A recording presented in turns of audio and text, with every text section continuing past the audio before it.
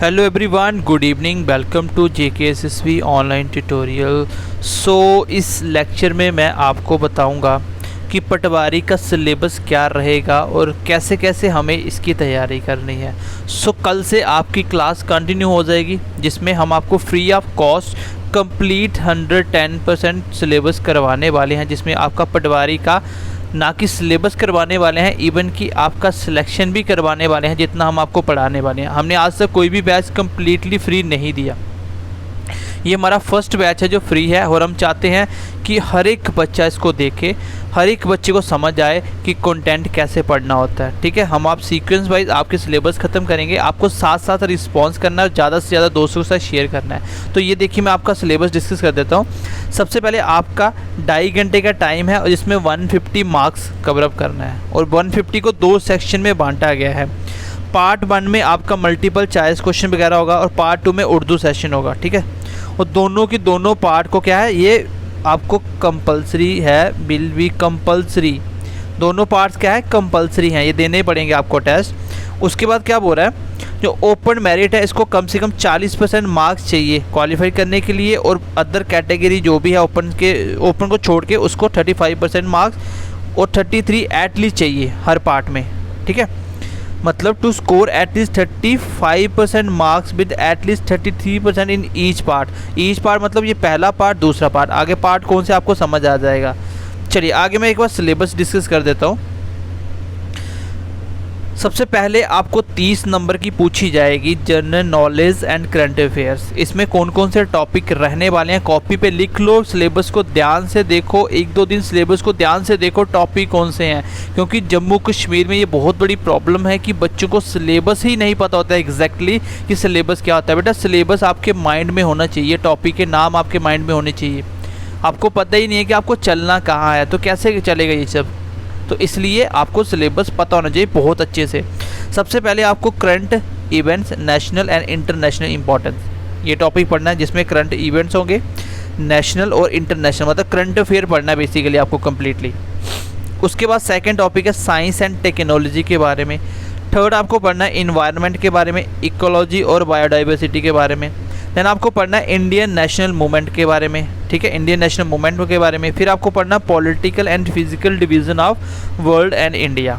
ये जो हम जीके पढ़ेंगे, इसको हम डीपली डेप्थ में जाके बहुत अच्छे तरीके से पढ़ेंगे, और इसके आपको प्रैक्टिस क्वेश्चन भी करवाएंगे। ठीक है, बाकी देखिए इंडियन इकॉनमी पढ़नी है आपको। फिर आपको पढ़ना है इंडियन कल्चर एंड हेरिटेज। देखो ये कुछ टॉपिक ऐसे होते हैं इस पर बच्चों को पता नहीं चलता खुद क्या पढ़े क्या छोड़ दे। ठीक है, इसलिए कंप्लीट कैसे पढ़ना होता है। जैसे अगर आपको हम बात करें इंडियन इकॉनमी, तो ये छोटी नहीं है, बहुत बड़ी पूरी बुक आ जाती है इसमें। अब आपको क्या पढ़ना होता है यही तो समझ नहीं आती है, एग्ज़ाम के हिसाब से आपको चलना पड़ता है। फिर आपको इंडियन कल्चर एंड हेरिटेज के बारे में पढ़ना है। आपको climate and crops in India के बारे में पढ़ना है। फिर आपको ट्रांसपोर्ट एंड कम्युनिकेशन के बारे में पढ़ना है, डेमोग्राफी के बारे में पढ़ना है, एंड देन फाइनली आपको importance rivers and lakes in India के बारे में पढ़ना है।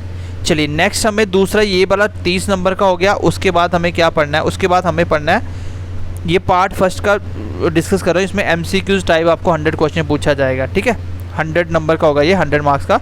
30 कवर हो गए, 20 नंबर का क्या है आगे, 20 मार्क्स का है आगे general knowledge with special reference to J&K duty. Specially Jammu Kashmir के बारे में क्या क्या पढ़ना आपको, जम्मू कश्मीर की हिस्ट्री पढ़नी है, इकॉनमी पढ़नी है, कल्चर्स ऑफ J&K ड्यूटी का पढ़ना है। फिर आपको जोग्राफिक, जिसमें weather, climate, crops and soils के बारे में पढ़ना है। फिर आपको मीन्स ऑफ ट्रांसपोर्ट के बारे में पढ़ना है, फ्लोरा एंड फोना के बारे में पढ़ना है। फिर आपको रिवर्स एंड लेक्स के बारे में पढ़ना है, इंपॉर्टेंट टूरिस्ट डेस्टिनेशन के बारे में पढ़ना है, और J&K रीऑर्गेनाइजेशन एक्ट के बारे में पढ़ना है।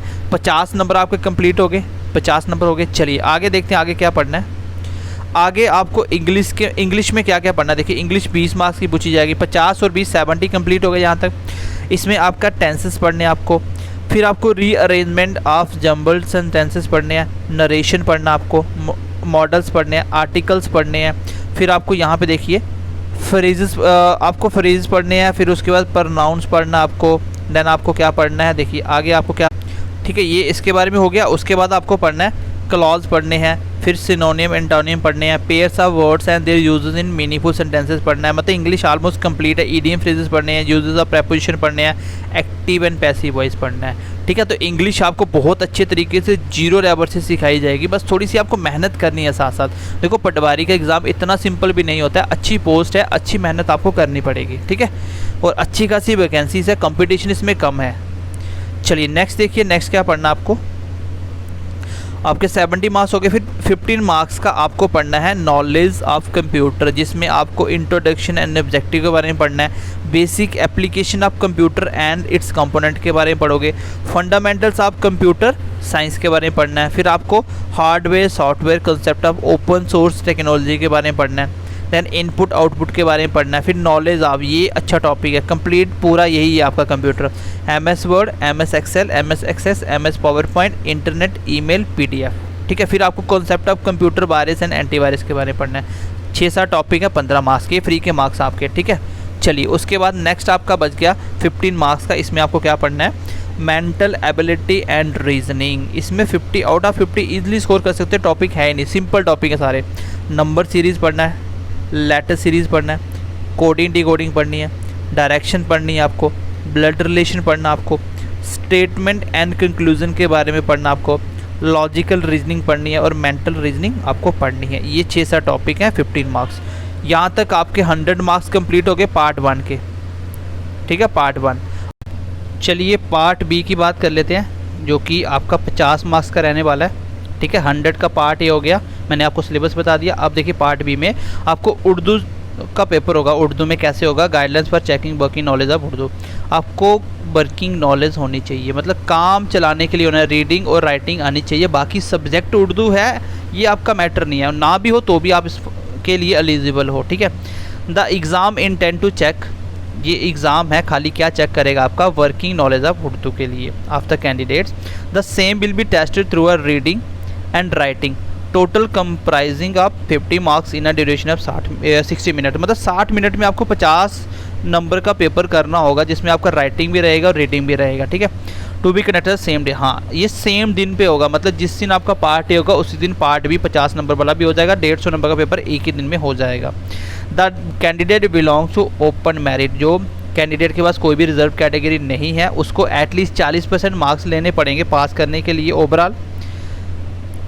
33% मार्क्स उसको रीडिंग और राइटिंग दोनों में चाहिए, जैसे एक रीडिंग है एक राइटिंग है। ठीक है, उसके बाद बोला section to be consider as having working knowledge of Urdu of the purpose of. चलिए नेक्स्ट देख लेते हैं, ये देखिए, this exam qualified the candidate belongs to other category, जिसके पास अपनी कोई रिजर्व कैटेगरी है ओपन को छोड़ के, उसको क्या करना पड़ेगा, उसको 35% लेने पड़ेंगे। पीछे वाले को 40 है, इसको 35 लिए पास के लिए, 33 इसको ई सेक्शन में पास करना पड़ेगा राइटिंग एंड रीडिंग के लिए। देखो अब देखिए रीडिंग के लिए कैसे होगा, आपका 20 नंबर की रीडिंग आपकी।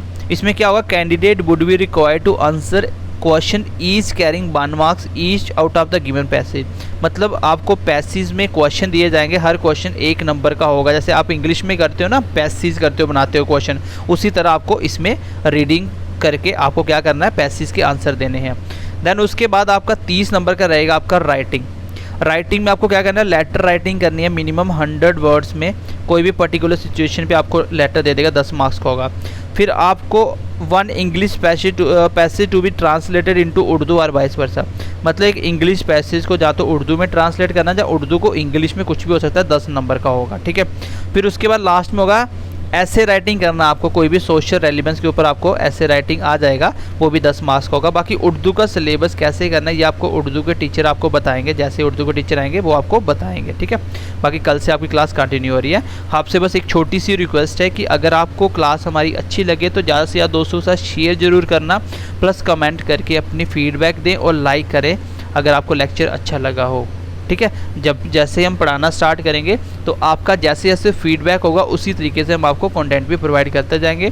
और इस कंटेंट को पढ़ने के बाद 110% तो सिलेक्शन लोगे अगर आप हम जैसे जैसे बोलते जाएंगे वैसे वैसे बस आप फॉलो करते जाओ। ठीक है, क्योंकि ये पहला बैच है हमारा जो हम फ्री दे रहे हैं। और फ्री क्यों दे रहे हैं, क्योंकि हम भी चाहते हैं कि जम्मू कश्मीर में बच्चा जो बिल्कुल भी फ़ी अफोर्ड नहीं कर पा रहा है, जिनको पता ही नहीं है, हर एक बच्चा देखे, उनको पता चले कंटेंट क्या होता है। तो चलिए बाकी मिलते हैं नेक्स्ट क्लास में, तब तक के लिए आप अपना ध्यान रखिए। Bye bye, take care and god bless you.